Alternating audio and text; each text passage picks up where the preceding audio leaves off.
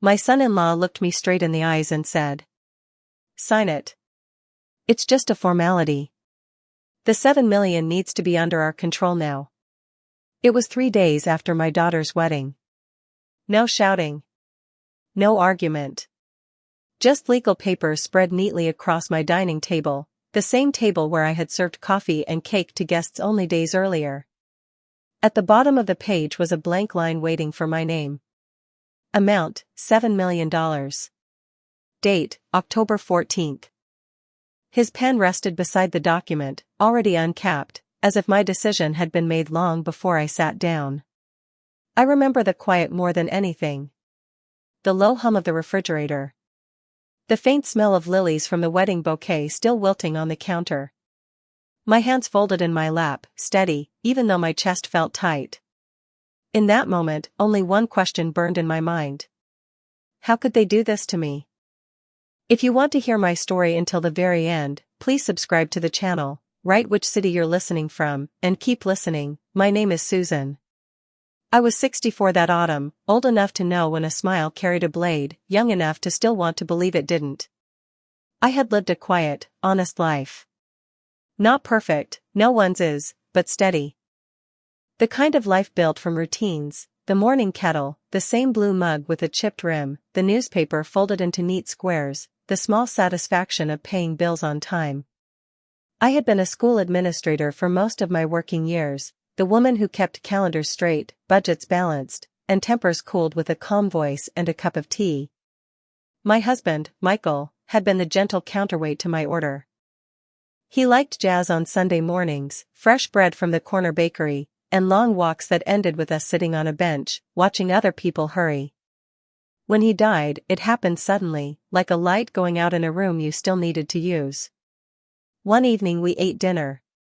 The next morning, I was holding his hand in a hospital corridor that smelled of antiseptic and old coffee, listening to words I didn't want to understand. What he left behind wasn't noise or luxury. It was structure. A house that was paid off. Investments managed carefully. A folder labeled in case of in his tidy handwriting. He loved me enough to plan for my calm after his absence. Grief changed my schedule but not my spine. I didn't collapse into helplessness. I did what I had always done, made lists, called the right people, signed the right documents, and tried to keep my daughter's world from tipping over while my own did. My daughter, Emma, was 29 then. Bright, affectionate, a little too eager to smooth rough edges for everyone. She had always been the peacemaker, my child who apologized even when she wasn't at fault, who carried other people's feelings like they were groceries she had to get home without dropping. And then there was Daniel. I met him the first time at a small restaurant near the river. He arrived 10 minutes late, spoke loudly as if the room belonged to him, and offered me a handshake that lasted half a second too long. His suit was tailored, his watch expensive, his smile practiced. He called me Susan right away, as if skipping Mrs. proved he was modern and close, as if familiarity was a gift he could hand out. He worked in finance, he said. He talked about opportunities and leverage and moving fast. He told stories where he was always the smartest person in the room. When Emma laughed, he watched her like a man watching a door he planned to walk through. I tried to be fair. I told myself I was cautious because I was widowed, because I had learned how quickly a life could change. I reminded myself that Emma was an adult, that she had the right to choose her own love. But there were small dismissals from the start. Daniel would finish Emma's sentences, just slightly, like he was helping her. He'd place his hand on the small of her back in a way that looked protective, though it guided her where he wanted her to stand. He'd ask me questions that sounded polite but felt like measuring tape. "How big is the house, Susan?" he'd say lightly, as if admiring the neighborhood. "Do you still drive at night?" he'd ask, as if concerned about my safety. "Have you thought about downsizing?" he'd add, as if he was simply thinking ahead. I answered the way I always had, directly, without drama. I didn't give more than was asked. I didn't gossip about my finances. I didn't decorate my grief with details. Still, I noticed how his eyes moved. Not to my face, not to Emma's. To the things around me. The hardwood floors. The framed photo of Michael in his garden hat. The silver tea service my mother left me. He looked as if he was taking inventory. Emma, meanwhile, looked at Daniel the way I once looked at Michael, like she felt safer with him nearby. That fact softened me. Love does that. It makes you want to be generous. And so, when Daniel proposed after only 8 months, and Emma called me breathless, saying, "Mom, he's sure, he says when you know," I swallowed my doubts. I told her I was happy. I said the right words. I asked about the ring, the date, the colors she liked. But after I hung up, I stood at my kitchen sink for a long time, staring at the faucet, listening to the drip I kept meaning to fix. In the reflection of the window, I looked like a woman holding something fragile. Back then, I didn't know I was already being evaluated. Not as a mother. Not even as a person. As a gate. As the woman between Daniel and whatever he had decided was his. And if there is anything I have learned at 64, it's this: when someone speaks of family too quickly, you should listen for what they really mean. Because sometimes, family is not a circle. Sometimes it is a hand reaching for a lock. That night I washed my mug, dried it, and set it back in its place, trying to ignore the feeling I'd been sized up already. The truth about the money came to me quietly, the way most life-altering things do. Not with a phone call or a dramatic letter, but with a thin envelope slipped into my mailbox on a Tuesday afternoon in early spring. I remember the date because the air still carried winter in it, sharp and clean. March 9th. I brought the mail inside, set it beside my purse, and went about my usual routine, washed my hands, put the kettle on, fed the cat. Only when I sat down at the table with my blue mug did I open the envelope Michael's financial advisor had sent. Inside were statements I had seen before, but never all together. Accounts Michael had opened years earlier, long before his illness. Investments that had grown steadily, quietly, without drawing attention. Page after page of numbers, tidy columns, calm language. No drama. Just accumulation. When I added it all up, twice to be sure, the total settled at $7 million. I didn't gasp. I didn't cry. I sat there listening to the kettle click off, feeling the weight of the paper between my fingers. Michael had never been flashy, but he had been careful. He believed in preparation the way other people believe in luck.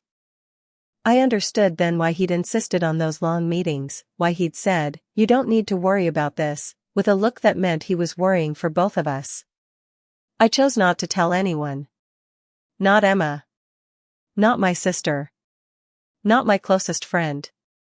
It wasn't secrecy born of greed. I didn't feel triumphant or possessive.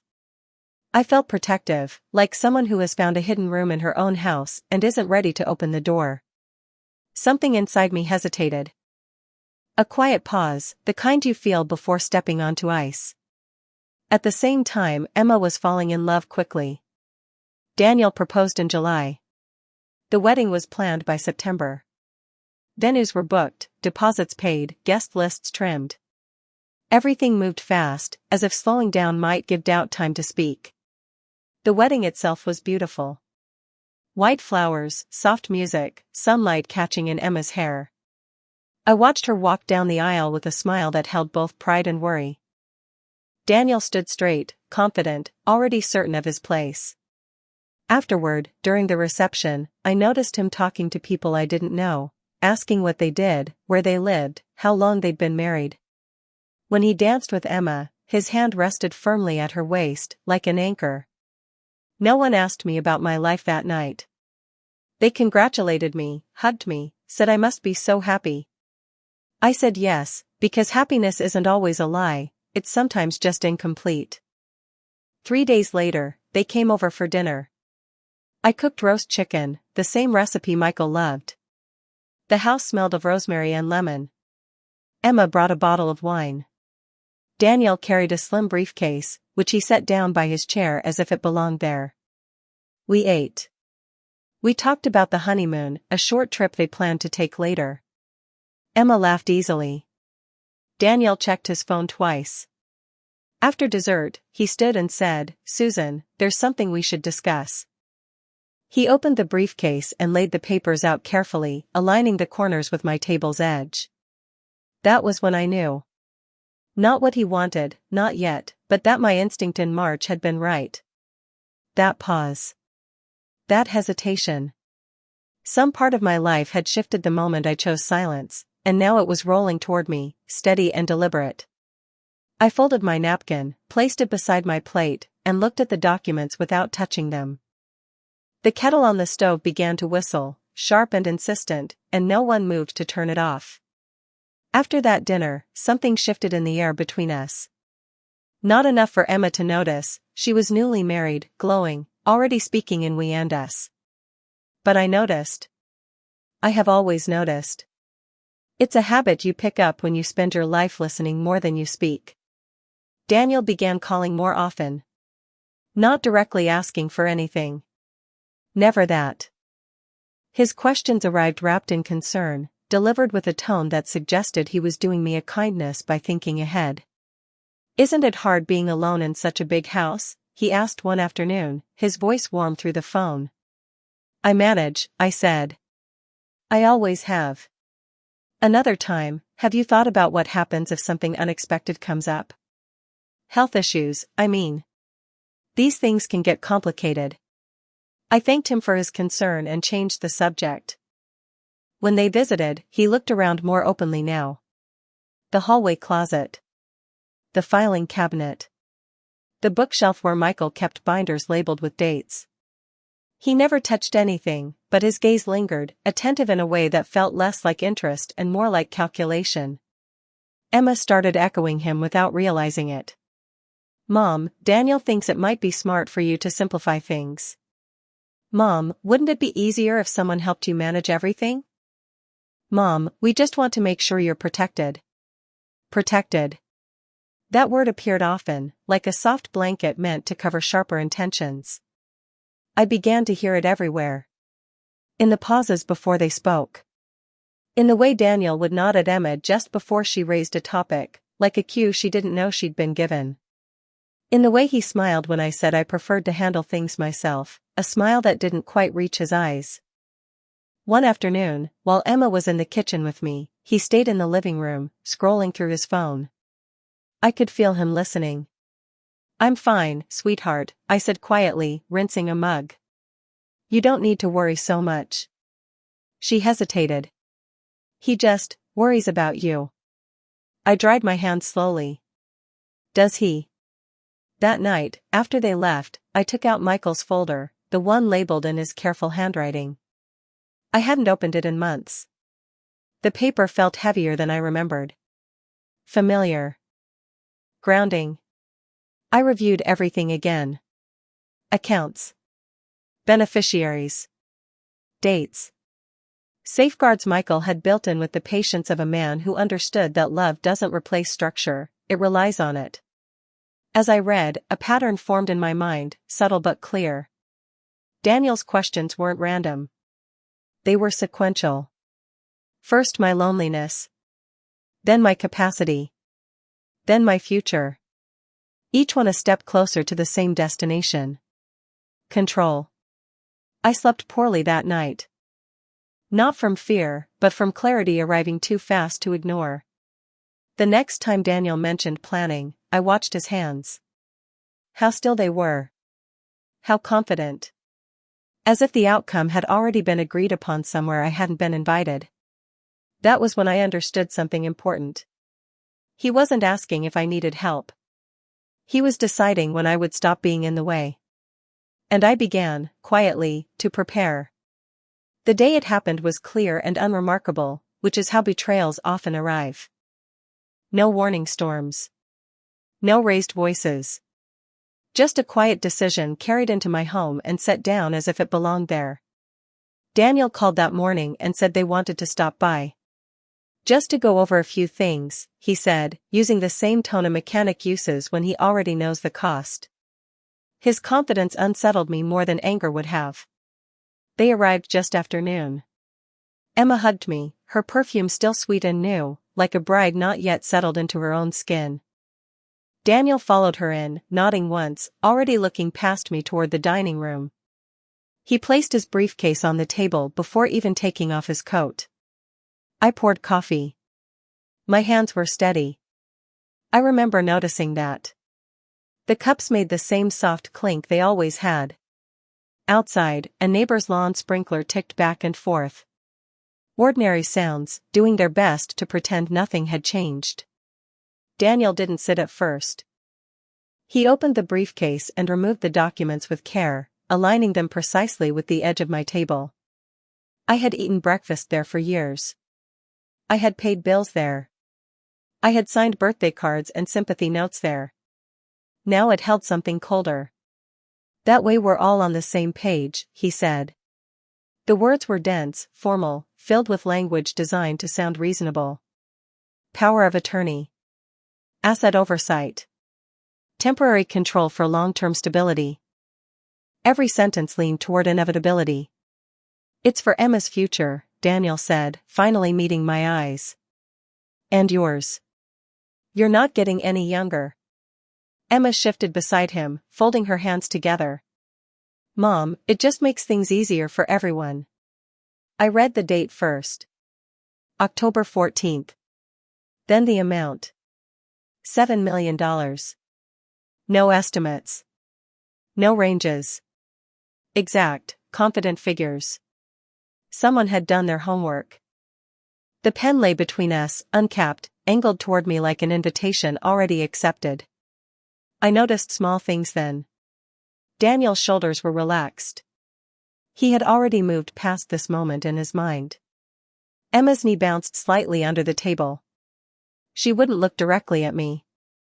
The house felt very still, as if it were listening. This gives us control now, Daniel continued. So there are no complications later. Control. The word settled heavily. All the earlier questions, the concern, the suggestions, they arranged themselves neatly in my mind. This marriage, this speed, this afternoon at my table. It wasn't about love. It was about access. I looked at Emma and understood something painful and important at the same time. She hadn't planned this. She had been persuaded. Guided gently into agreement by someone who spoke confidently about responsibility and protection.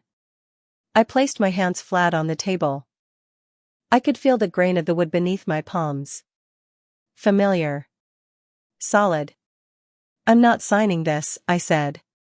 Daniel smiled, patient, almost indulgent. Susan, you're overthinking it. I don't overthink, I replied. I consider. He slid the pen closer. It's just a formality. I pushed it back toward him. Something changed in his expression then. Not anger. Adjustment.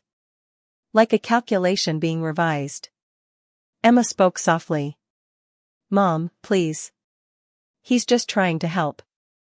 I gathered the papers and stacked them carefully, just as Michael would have done. If help requires my silence and my signature, I said, it isn't help. The refrigerator hummed. A car passed outside. Life continuing, unaware. Daniel closed the briefcase slowly. We'll talk again, he said. I met his eyes and understood that this was not over. But I also understood something else. For the first time, I wasn't uncertain. I didn't call Emma after they left. I didn't pace. I didn't cry into a towel the way people imagine women my age do when they're cornered. I washed the coffee cups, wiped the table until it was bare, and then I sat down with Michael's folder and my phone. At 2:17 p.m., I opened my banking app and checked every account Daniel could have guessed existed. Nothing had moved, but the attempt itself mattered. Paper was one thing. Access was another. I changed passwords, added two-step verification, and wrote the new codes on a card I slipped into the back of my recipe tin, an old habit, hiding important things among ordinary ones. At 3:05 p.m., I called Michael's advisor. I need a meeting today, I said. My voice sounded calm, and that calm carried me. He offered tomorrow. I told him no. We met at 5:30. His office smelled faintly of printer ink and lemon cleaner. He listened without interrupting while I described the documents and Daniel's words. When I finished, he exhaled slowly and said, "Susan, you did the right thing by not signing. This isn't a formality. It's transfer of authority." He printed copies of my current authorizations. None included Daniel. None included Emma. That was relief, but it wasn't safety. "They can still pressure you," he said. "And they can still try other routes." On the drive home, I called a lawyer a friend had used years ago. I left a message. 10 minutes later, she called back. "Bring everything you have," she said. "And don't meet with them alone again." That night I barely slept. Not from fear, fear is noisy. This was something quieter, the mind laying out a map, searching for exits. Around 1:40 a.m., I opened my email and searched Daniel's name, then his company, then the words he used most: estate, planning, POA. What I found wasn't a confession. It was a pattern. A forwarded itinerary in Emma's inbox from a month before the wedding, sent by Daniel, listing an appointment, notary, 11 o'clock. Another email, older, from an address I didn't recognize, thanking Daniel for help with mom's paperwork and asking about the release. I clicked the sender's name. Social media led to a woman in another state. Her profile photo showed her with a young man at what looked like a courthouse. The captions were cheerful. The comments were not. One line stood out: "I'm sorry he did that to your family too." My stomach went cold, but my hand stayed steady. I took screenshots. I saved the emails. I printed the itinerary. The next morning, my lawyer met me at 9 o'clock. She read the documents Daniel had brought and tapped one paragraph with her pen. "This is broad," she said. "It would let them act as you. Open accounts. Move funds. Sell assets. It's control, Susan." "And the timing?" I asked. 3 days after the wedding is not accidental," she said. By noon, we had a plan: restrict access, notify institutions, and document every contact. I also asked her to run a background check, nothing dramatic, just facts. She nodded once. "We'll see who he really is." At 4:12 p.m., the report came in. A string of civil filings. 2 prior marriages. And in both, the same word appeared in court summaries: financial exploitation. Other women. Other families. Other tables with papers laid out neatly. Emma called at 6:30, voice small. "Mom. Daniel says you're making this a bigger deal than it is." I looked at the stack of evidence beside my blue mug and said, "No, sweetheart. I'm finally seeing it at the right size." She went quiet, then whispered, "He said you don't trust him." "I don't," I said. "Not with my name, not with my accounts, not with your future." In the background I heard Daniel's voice, low, controlled, coaching. "Tell her it's normal," he said, not quite realizing I could hear. That did something to me. Not rage. Just a final click, like a lock turning. "Emma," I said, "open your email. Search notary. Search release. Tell me what you see." There was shuffling, the tap of keys. "Mom, why?" "Please," I said. "Just do it." A long pause. Then, smaller, "There's an appointment. Before the wedding. And an email from a woman you don't know," I said. "Open it." Her breath hitched. "It says, help with mom's paperwork." "Read the last line," I told her. She did, and her voice cracked on the words. "I'm sorry he did that to your family too." I didn't argue with Daniel. I spoke to my daughter. "Come tomorrow morning. Alone. Bring your laptop." When we hung up, I wrote down the time, the date, and his words. My lawyer had told me to treat conversations like receipts. I hated that, but I did it. Before bed, I walked through my house and touched what was still mine, Michael's photo in the garden hat, the worn hallway runner, the key bowl by the door. In the quiet, I made one promise I could keep: if Daniel came back to my table, he would bring answers, not papers. I set my blue mug by the sink and watched the clock change to 12:01 a.m. Emma came the next morning, alone. I knew at the moment I heard her car door close. The sound was careful, controlled, like she didn't trust herself not to slam it. When she stepped inside, her eyes were swollen, her face pale in a way I hadn't seen since she was a child with a fever. She sat at my dining table without being asked. The same table. The same chair Daniel had taken such comfort in. I made tea. I needed the ritual. The kettle, the steam, the familiar weight of the mug in my hands. When I set one in front of her, she wrapped both palms around it as if it might steady her. "I didn't sleep," she said. "Neither did I," I answered. She opened her laptop. We went through everything slowly. Emails first. Then calendar entries. Then messages she had once skimmed past because they sounded reasonable at the time. Daniel's words were calm, instructive, confident. He framed himself as the only adult in the room. "Your mom will resist," he had written in one message. "She's emotional about money. We'll handle the formalities quickly, before she gets overwhelmed." Emma's breathing changed as she read. Shallow. Controlled. Like she was trying not to break apart in front of me. "He said you were fragile," she whispered. "He said you couldn't handle all of it alone." I nodded once. "He needed you to believe that." By midday, Daniel began calling. Once. Then again. Then repeatedly. Emma stared at her phone like it might bite her. I didn't answer. My lawyer did. That changed everything. The tone shifted quickly. What Daniel had assumed would be a family discussion became a legal one. Banks declined requests he had already hinted at. Advisors stopped returning his calls. The same confidence that had carried him into my home failed him when documentation was required.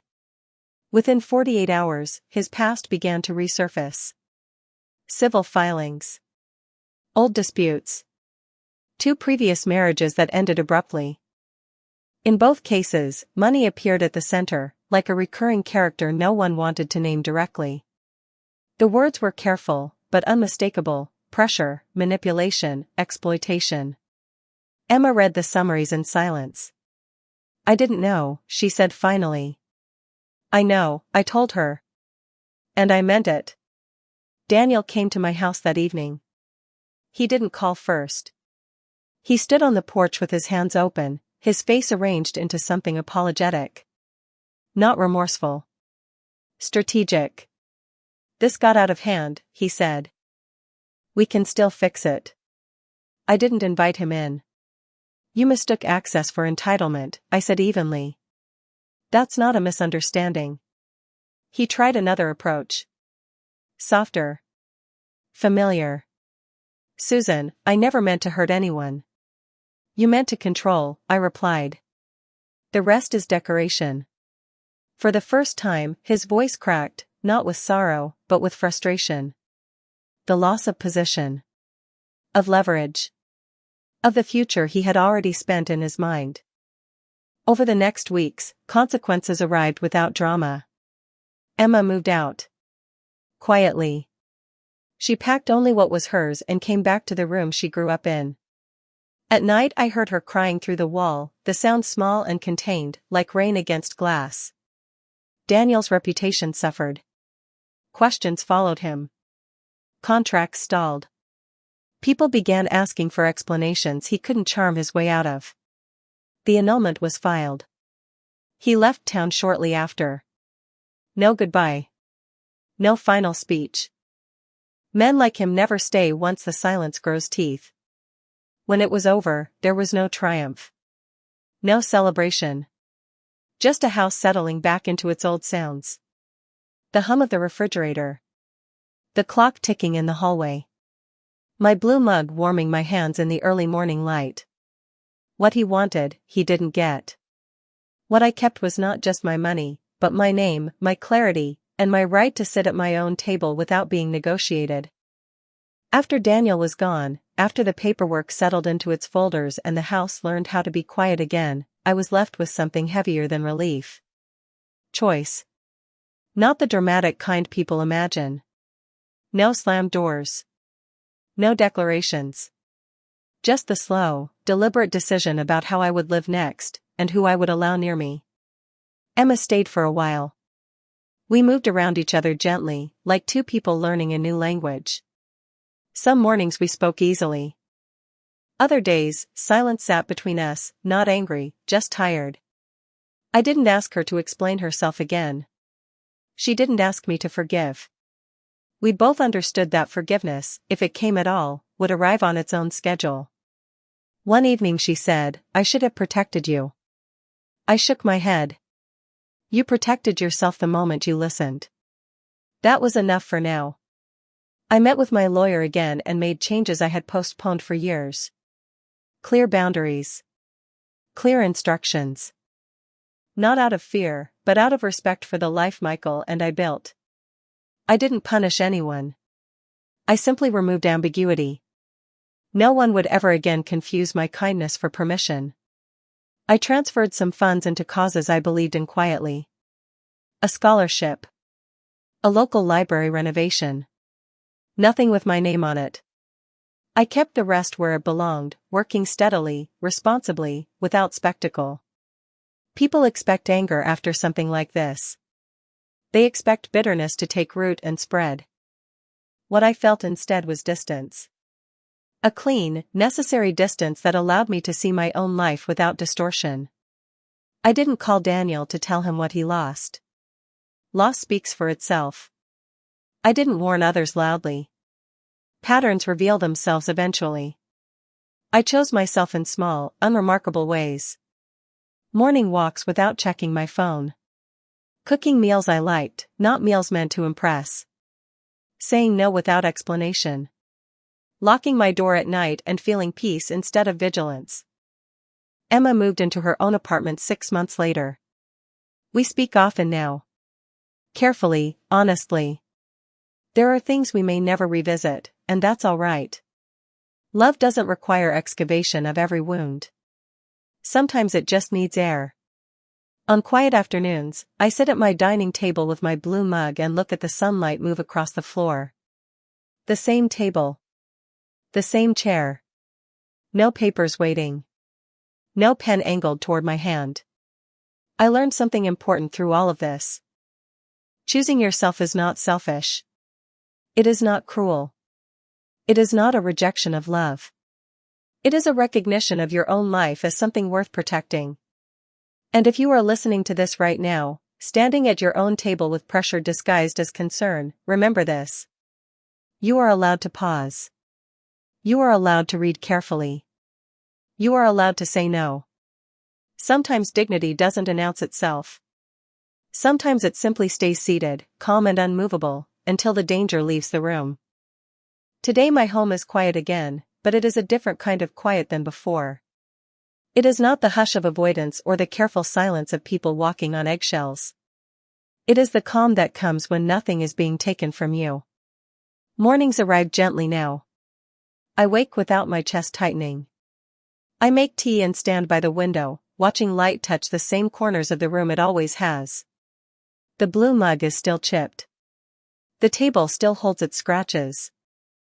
Everything familiar, but no longer tense. I think often about how close I came to losing more than money. I could have lost my authority over my own life. My voice. My sense of self. Those things don't always return once surrendered. Emma and I are rebuilding something quieter than before. Not the easy closeness of childhood, but an adult understanding shaped by truth. We speak honestly now. Carefully. With respect. Love that has learned caution but not resentment. I do not replay the past the way I once did. I don't imagine different endings or sharper words. What's done has settled where it belongs. I carry no urge to explain myself to those who misunderstood me on purpose. What I know now is simple. Pressure can wear the costume of love. Control can borrow the language of concern. And urgency is often the tool of those who don't want you to think. If you are listening to this and something feels familiar, trust that feeling. You do not owe anyone access to your life, your finances, or your future simply because they ask politely. Love does not rush you. Love does not corner you. Love does not need your signature to prove itself. Sometimes love is the quiet courage to remain seated, to keep your hands in your lap, and to say, calmly, no. If this story touched a nerve, you belong here. Subscribe to hear truths where silence becomes strength. I am still here. Still whole. Still choosing myself.